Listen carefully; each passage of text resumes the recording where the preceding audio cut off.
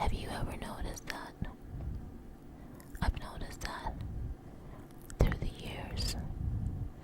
It's almost like clockwork.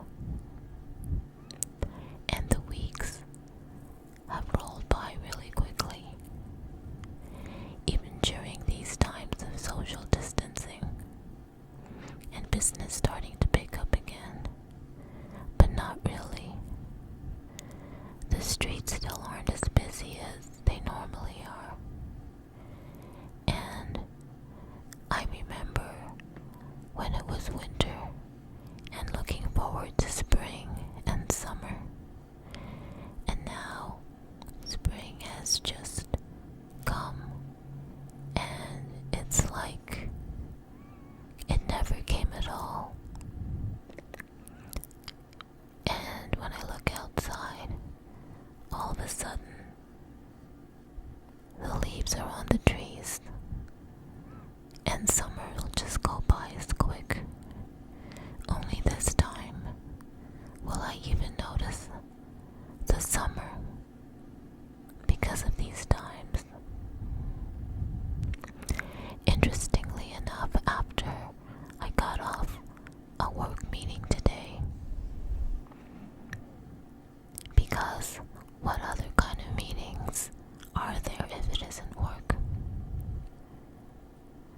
I thought of relaxing a bit and going on to Netflix, and I got the movie Joe Black, or Meeting Joe Black, and I can't remember if I've watched that movie in full, although I know I have, and I can't exactly remember the emotion that it evoked in me, although in some way I can still barely feel it. So I started watching it again, and I paused it just before the halfway mark, I suppose, because it wasn't just the movie that had sparked or inspired this video. It has been something that was always on my mind, and the thing that was always on my mind is, so with people leaving content online, with their YouTube channels, or their podcasts, or their blogs, or whatever else they choose to use to express themselves digitally online, what happens to that content if something should happen to them? I guess it remains until the platform no longer exists, and for that it would mean either something happened and the servers would go down, or the company was bought out and everything was deleted. Then it made me think about all the things that I've had online. You see, I started a blog back in 2003, and the platform closed down in 2007 because they were going to transfer to another platform, I suppose. And when they did that, they lost a lot of its bloggers, and the bloggers migrated to other platforms. And it was a little bit sad because that blogging community really was a community, and we all supported each other's blogs, making comments and getting to know each other through the posts that we wrote and decided to share.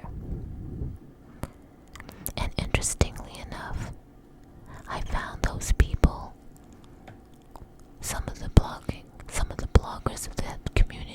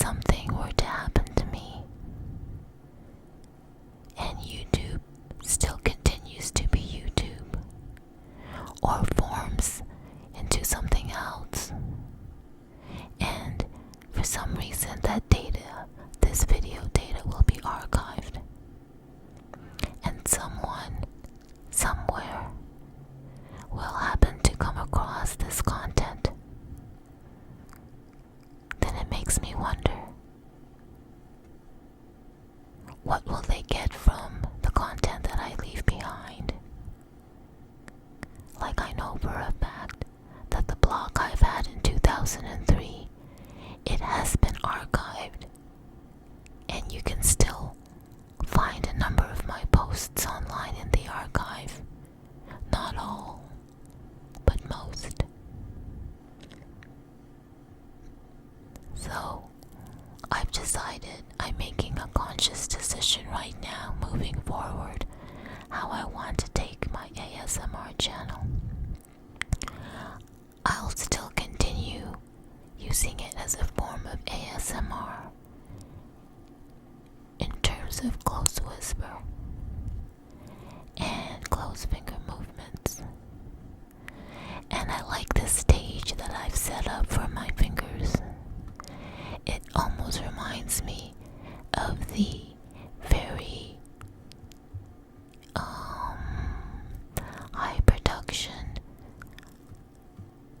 Hollywood movies where they would have a big staircase going up, and there would be a lot of dancers and men in tuxedos and women in ball gowns, like the musicals of the 40s and 50s.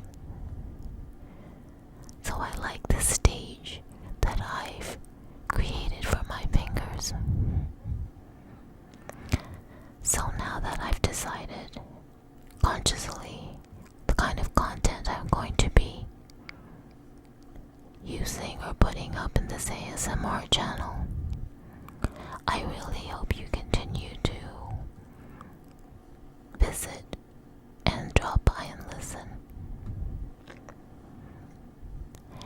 So the content will continue like I've always meant it to be, sharing stories and experiences that I've had in my day or in my past.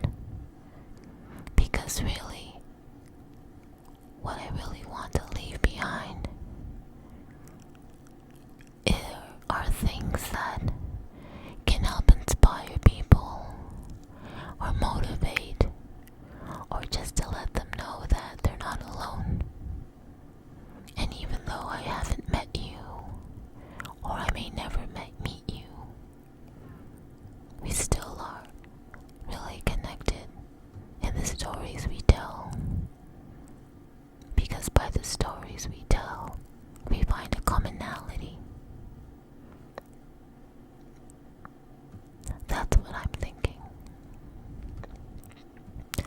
And I decided also that there are so many people in my life that I've met in the past and that are still here in my life.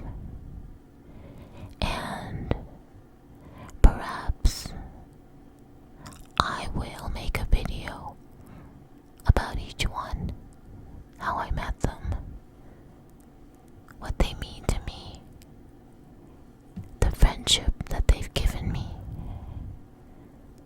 the great things about them. Because after all, when I do go, I do want people to know how they've impacted my life, the good that they've done for me in my growth and in my path. Because if you can't share with someone the good that they've done for you, then in a way, what's the point? If all we are human beings living lives that are inconsequential to other people, then really what's the point? Wouldn't it be better to know that the life you've given or allowed yourself to live, and the people that you've met along the way, you've somehow been part of their growth? And I do believe that whether we have or perceive good experiences or not so good experiences with people, ultimately, they've really all helped us in our growth.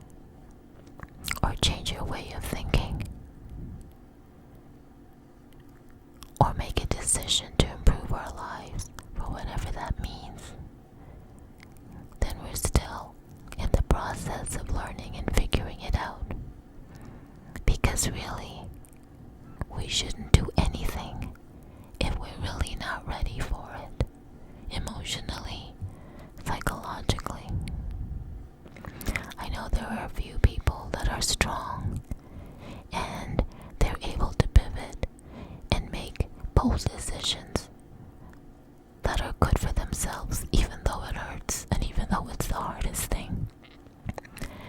And kudos to those people, because they're the ones that lead.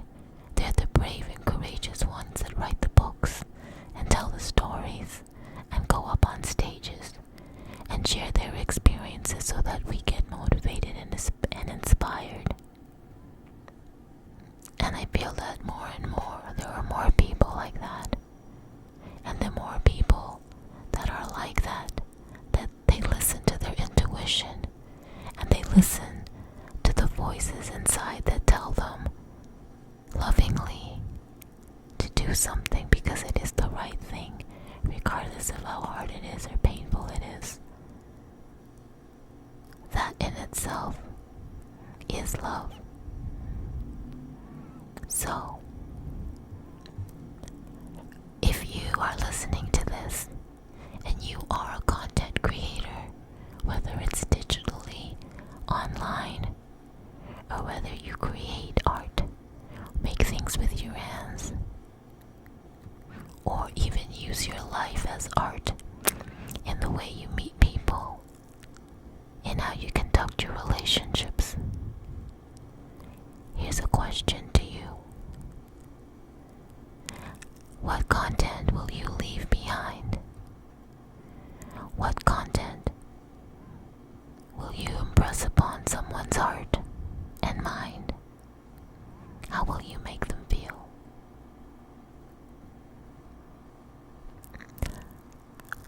That's just something I wanted to say through an ASMR video. And most likely, with that said, I'll probably continue to watch the Joe Black movie. And if you haven't seen it, please do see it. It stars Brad Pitt when he's still very, very young. And I don't know. It's kind of like an interestingly weird movie. But nonetheless. So, I know that I've made a conscious decision in the YouTube thumbnails that I choose to not have so much fancy writing or contrasting colors to get like people's attention to click on my videos, because I really believe that the people who need to hear whatever they need to hear in my video, then the universe will just lead them to it. And I guess that is my belief. And to me, that is more special. It's not in the numbers, or the quality of likes, or how many YouTube views. It's just really one life to one life. One voice to an ear, a mouth to a mind, an intent and a hope to a heart. That is my purpose for this. And also, I've always wanted to have an ASMR YouTube channel, and I'm so grateful that I have decided to and actually do it. It's the doing. The start of it is hard, but once you get rolling and going, then it becomes easy. So, I just wanted to send out this YouTube message, and I'm staking a claim and an intent on how I want to use this ASMR channel moving forward. I want to leave messages, good ones,